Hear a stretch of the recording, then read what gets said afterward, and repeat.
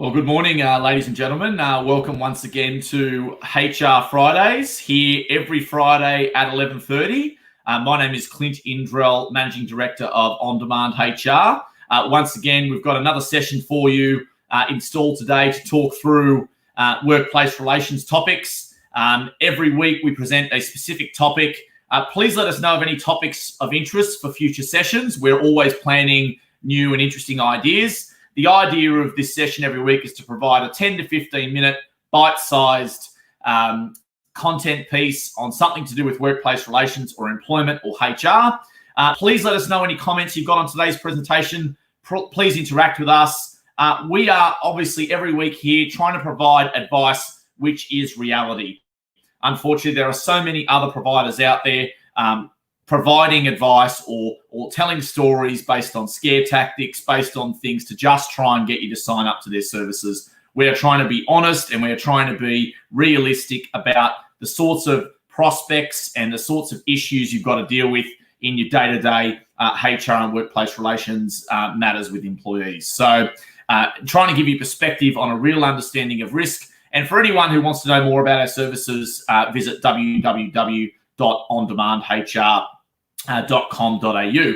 Today's presentation, I wanted to focus on some things relating to JobKeeper, but in particular, businesses that are coming off JobKeeper in the next couple of weeks. So what they will be known as is legacy businesses. So these are businesses that still have the ability to ultimately use some of the powers that are available under Section 789 of the Fair Work Act to essentially change employment arrangements and so on and so forth. So look, we'll get into the content in just a moment. So basically, to start off with this whole understanding of what a legacy business is, as most of you would know, JobKeeper requires a 30% decline in your turnover, okay? So ultimately, what the ATO is going to be assessing at the end of September is whether or not your revenue declined 30% compared to a similar period last year, okay?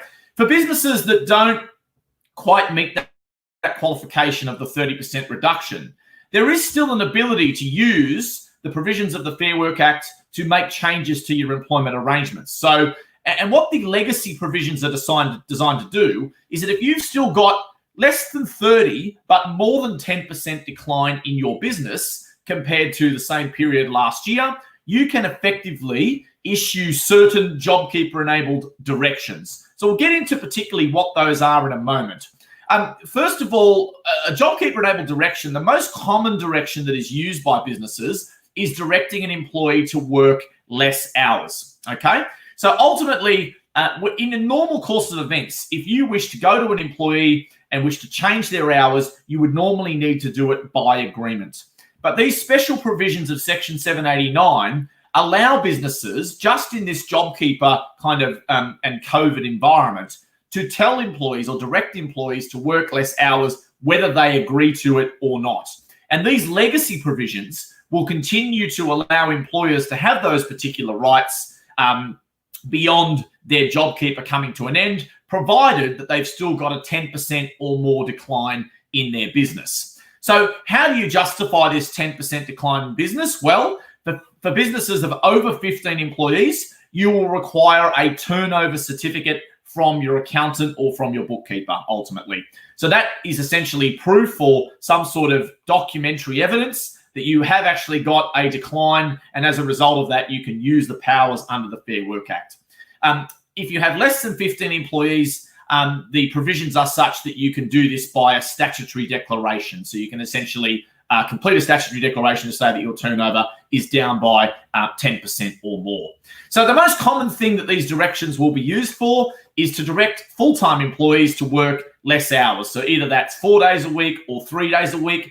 Please note that with these new legacy provisions, you must direct an employee to work no less than 60% of their pre-COVID hours. And the pre-COVID hours are ultimately the average hours or the hours that they were working in February 2020, which was immediately prior to the first kind of series of JobKeeper provisions, if you like. The minimum daily engagement is at least 2 hours, so that's another condition that needs to be met. There is no longer the ability to direct employees to take annual leave. However, you do have the ability to, of course, still communicate with your employees and discuss annual leave arrangements. What's going to be interesting is whether or not you can issue an annual leave direction prior to the end of September, which carries over into October.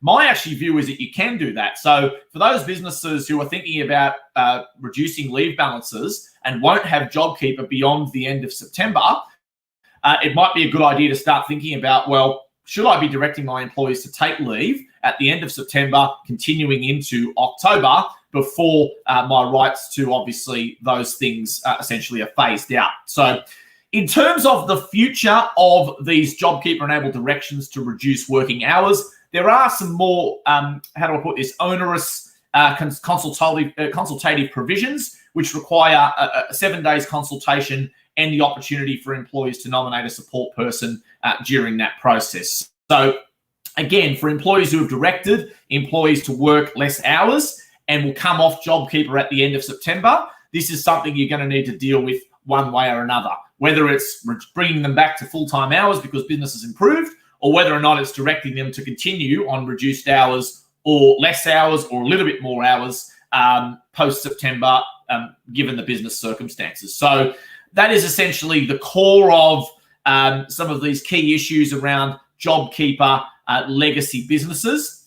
We'll move along to the next piece of information that I was wanting to present. And basically, look, there is going to be some challenges for business coming up in the next few weeks. And there's certainly going to be a challenge on borderline businesses to complete their monthly or quarterly BASs quickly enough to meet their JobKeeper fortnight obligation. So obviously, this is for the businesses that will be continuing to have JobKeeper or might be right on the borderline and are not quite sure about whether they are in or out. And unfortunately, the difficulty with all of these provisions around JobKeeper and around the directions in respect to JobKeeper is it almost requires the business to predict what is going to happen. And whilst that might be fine if you're well under 30% or well over 30%, the ones that are in that 25 to 35 bracket who might not necessarily know where they're at until the end of the month, it is quite challenging for them. So we recognise and understand that is a key issue. The second thing is that we also have a situation where certainly some businesses are finding new efficiencies with the way they've operated their businesses, and they might not have the requirement for people to come back to 60% of their pre-COVID hours.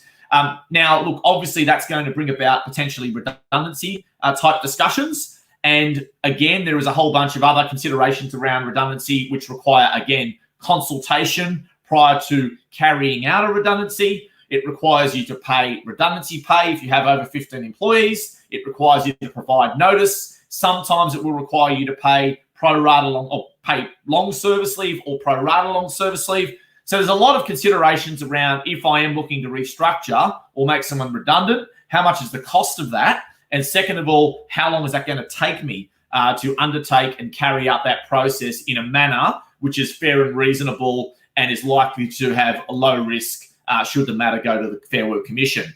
So again, in terms of consultation around both redundancy and in terms of JobKeeper, I think that the Fair Work Commission will assess both of these things on whether or not consultation has occurred. So if you're issuing directions, if you're making people redundant, it's very important to do it properly, no matter how imperative or how critical it may be to reduce costs in your business, because the last thing you want is after paying out redundancy pay, notice, long service leave, annual leave, and all of those other things, the last thing you want is an employee to go to the Fair Work Commission and have a second bite at the cherry or a second whack at the situation in terms of monetary compensation or monetary outcomes. I think the other thing at the end of this JobKeeper period is going to be very interesting. It's going to provide the first indication as to how some zombie businesses may fare as they are weaned off JobKeeper. Obviously, for some time, people are having 50% or more of their wages being subsidised by JobKeeper, and now they're going to a situation where potentially 0% of their wages are being subsidised by JobKeeper. So that is a pretty significant shift. So for businesses that were, even if they're only 10% down, that's going to still be a very testing time, because you're going to have, back to full wages, back to full accruals, of course, and also a situation where work may not be at the levels that it needs to be. So certainly some difficult decisions ahead for businesses. But again, if you are coming off JobKeeper and you still need to be reducing your employee hours beyond this particular date, look, feel free to get in touch with us to talk through, any issues that you might have around those arrangements, what you're considering in terms of the reduction of working hours. It's a great time to also be negotiating ongoing new arrangements. If you can see that there's not going to be a full-time role for someone going forward, well, an alternative to redundancy could be, just simply saying, look, I have a part-time role for you going forward. Let's discuss how that might work and putting in place those permanent arrangements. We need to remember we're still in a time where businesses, there's still a number of businesses that are finding it tough. The economy hasn't recovered to its to the full extent.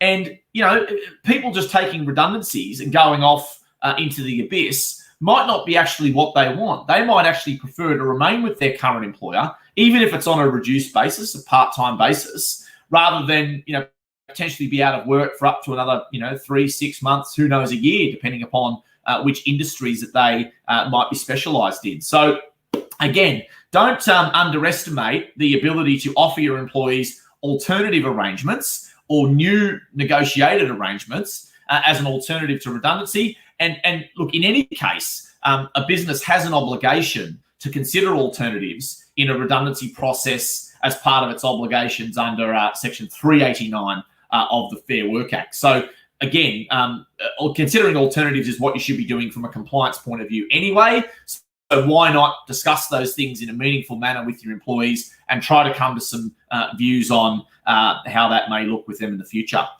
Anyway, look, that's all I really had for today on JobKeeper Legacy Businesses. Look, I'd like to thank you all, viewers, for your time today. Look, if you've got any questions or comments, feel free to leave them in the comments box. Happy to reach out to you following the session, or you're most welcome to contact On Demand HR as well. Our website is there on the post below. It's www.ondemandhr.com.au.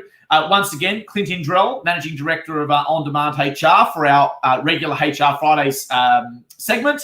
We'll have another one next week, Friday at 11:30 every week.